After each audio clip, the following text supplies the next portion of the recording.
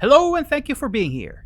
Today I make use of all those hours spent playing Elden Ring and showcase a series first, a new weapon system for you martial classes out there.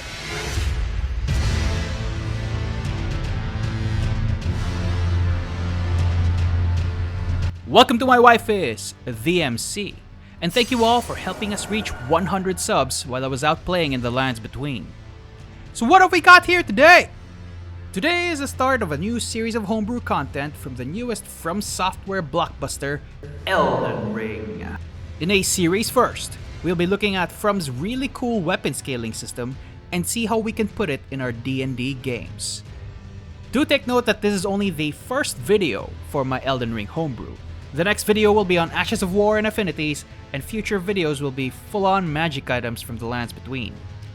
So, prepare to dive to that like button and click subscribe when you go rest the side of grace.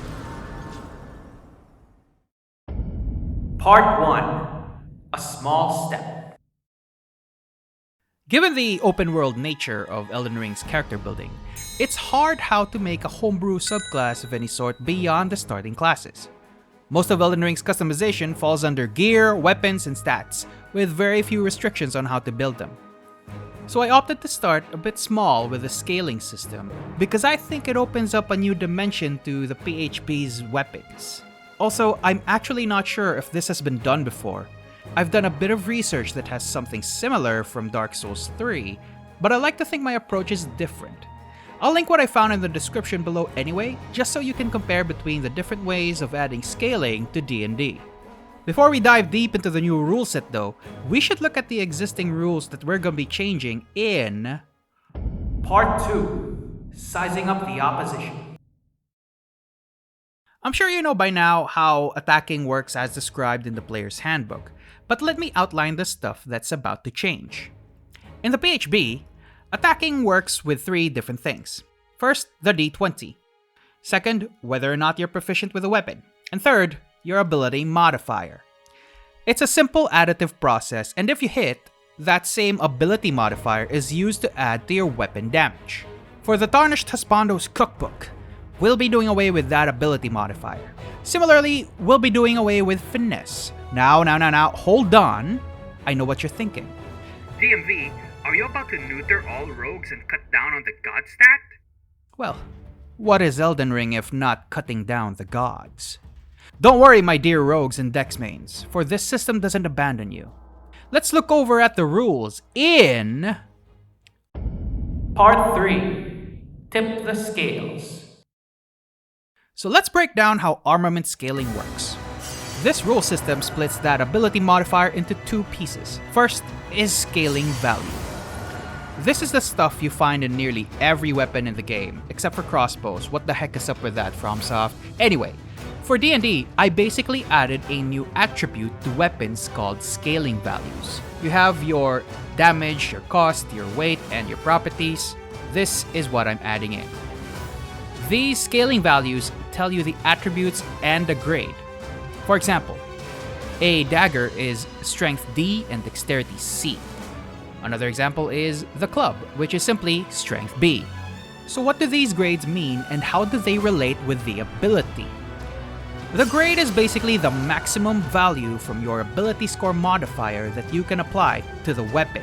These grades are D to S, with D allowing a maximum of +1 and S allowing a maximum of +5 from your ability score modifiers. I'm basically taking the quirk of medium armors and running with it. Let's say a hypothetical character has a strength of 18 and dexterity of 15, then that dagger we mentioned before with strength D and dexterity C basically translates to strength +1 and dexterity +2. You might ask, what is the point of these grades and why do we name it as such? Well, I actually think that the grades make more sense because saying that a weapon has scaling of strength +1 and dexterity +2 sounds confusing and might be easily misinterpreted by players. The grading nomenclature of the scaling values basically tells you how well it brings out your character's abilities. Let's go back to our hypothetical character who has a strength of 18 and a dexterity of 15. If they equip this dagger, they add +1 from their strength due to that D strength scaling and +2 from their dex. This gives them a total of +3 when using this weapon. That total is the second part, and what I call the scaling modifier. This same scaling modifier is what you use for your attack rolls and damage rolls, as well as what you end up using for the DCs that allow you to choose between strength or dexterity. For example, the Battle Master's maneuver save DC. So what about finesse that was mentioned earlier? The scaling rules that I'm applying basically add, or implicitly add, that property in the form of dexterity scaling. Specifically, dexterity C scaling. Meaning any melee weapon that has a C or above scaling in dexterity implicitly has the finesse property. The cookbook also includes the list of weapons you can find in the player's handbook, but instead of the usual damage cost properties, it instead shows the scaling values of each weapon. You might notice that the weapons won't allow you to reach a +5, but there are optional rules later in the video, so do stick around. Now that we've had our fill with the rules, let's discuss the pros and cons of the system in Part 4, a change in approach. This homebrew isn't necessarily tied to any specific setting, nor does it have a strong narrative approach like the subclasses in previous episodes. So it's fair for you to ask, what's the point in the scaling system? There are pros and cons to this, so let's start with the cons. One is that it kind of puts a wrench in conventional builds for most players. Pure dexterity or pure strength just won't cut it anymore, and you have to rethink your approach to your stat allocation. 2, it's a bit of an added upkeep for players. When the DM says you find a greatsword, you don't just think, oh, 2d6 plus strength. Instead, you have to think, what's the scaling of a greatsword? 3, and this is related to the previous con, you'll have to keep track of the different scaling modifiers for each individual weapon. But then, think of the possibilities. Some of the pros that I can think of at the top of my head are, 1, this setup gives more options for characters who are MAD, since weapons now use more than one stat. This also makes you think twice before committing to a dump stat, since it will likely negatively affect your scaling modifiers. 2, and this is for DMs, it gives you an easier system to expand on your weapons both mechanically and narratively without having to create an entirely new weapon type with its own damage, cost, weight, and properties. For example, the basic scimitar has a strength D and dexterity B scaling.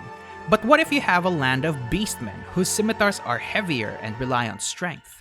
You can simply create a Beastman's Curved Sword, which is a scimitar that scales with Strength B and Dexterity D instead. Third, the way I set up the scaling for simple weapons and martial weapons give a bit more value to having martial weapon proficiencies. If you notice, the maximum possible scaling modifiers for simple weapons cap out at 3, whereas the martial weapons have a potential +4 for the maximum scaling modifier. You might be thinking, DMV, doesn't this punish folks who fully invest in dex or strength? well, I've got some optional rules for you to sink your teeth into. Part 5, Turning the Tide. Before you type out how it gimps characters and how it prevents players from reaching that sweet +5 modifier, why don't you take a look at the optional rules that arose from the scaling system. These 2 rules are mostly for DMs, but I think it's fair for players to bring it up as possible options. First is the option to upgrade weapons. No, not a magical enchantment, that's for later. Upgrading weapons basically allow any character with Smith's Tools proficiency to increase one scaling value of your weapon. Note that I said character, not player. So for DMs, this opens you up to having smiths of various proficiencies. For example, the Backwater Village Smith is only able to bring scaling up to a C, but Big City Smiths can bring it up to an A. And then you have the legendary Appointments Only Smiths from the guild, who can bring any weapon scaling up to an S, but they are backed up for months, so the party has to gain their favor or wait in line like the rest of the plebs. This optional rule outlines the cost, man-hours, and required proficiency bonus of a character to bring up weapons to a certain scaling value. The next optional rule is scaling magic weapons. This expands on your cookie cutter +1 or +2 weapons to instead increase all the scaling values of a magic weapon up to the level of their bonus. For example, let's say you find a +1 dagger. You would think that it's a simple +1 to the scaling modifier, but with this optional rule, it instead raises both the strength and dexterity scaling by 1, This opens up the potential for having an even higher scaling modifier with your weapon, but that depends on how you build or allocate your character abilities. By the way, did you notice that the optional rule for magic weapons specifically mentions something called affinity? Well, Part 6. Enemy felled. That was a doozy. Know that this is only the first part in the series, but this one's really important for the next video. Be sure to get a copy of the document and the Ko-Fi link in the description. If you want me to tinker with other game rules like, say, Final Fantasy VIII's junction system, make sure to let me know in the comments, or, just let me know to lay these foolish ambitions to rest. But know that I won't. Leave a like before you go, and don't forget to share this with your maiden. This has been My Wife is the MC. I'm DMV, and I'll see you in the next Husbando Homebrew.